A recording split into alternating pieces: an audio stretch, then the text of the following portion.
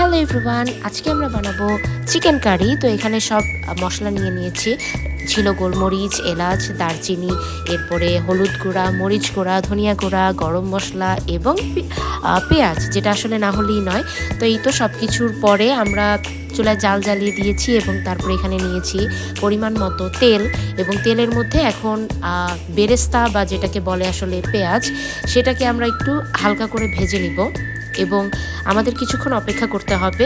একটা বাদামি কালার আসার পরে এটার সাথে তেজপাতা দিতে হবে, দারচিনি, গোলমরিচ, এলাচ, সব মশলাগুলো দিয়ে দিতে হবে এবং তারপরে আরও কিছুটা ব্রাউন হওয়ার পরে এখানে দিতে হবে হলুদ গুঁড়া, মরিচ গুঁড়া, ধনিয়া গুঁড়া এবং যে স্পেশাল মশলাটা ছিল সেটা। এটা দিয়ে কিছুক্ষণ ভাজা ভাজা হয়ে গেলে এটার সাথে দিয়ে দিতে হবে স্বাদ মতো পানি, এবং পানি দিলে কিন্তু পুরো যে মশলাটা আছে সেটা কিছুটা মানে একটু ঝোলঝোল হবে, মানে কষানো যেটাকে বলে। তারপরে এটার সাথে কিন্তু স্বাদ মতো আমরা লবণও দিয়েছি, এটা যার যার টেস্ট অনুযায়ী। তো এই তো টোটাল মশলাটা একটু জাল হয়ে গেলে তারপরে এটার সাথে দিয়ে দিব আমরা চিকেনটাকে আস্তে আস্তে দিতে হবে। দেখতেই পাচ্ছ আমি নাড়ানোর অনেক চেষ্টা করতেছি, বাট যেহেতু আমি অতটা এক্সপার্ট না তাই ভালো মতো পারতেছিলাম না।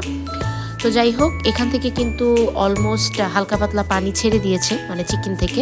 তো এর জন্য এক্সট্রা পানিটা আমরা এখন অ্যাড করতেছি না, এক্সট্রা পানিটা আমরা লাস্টে অ্যাড করবো। টাটা।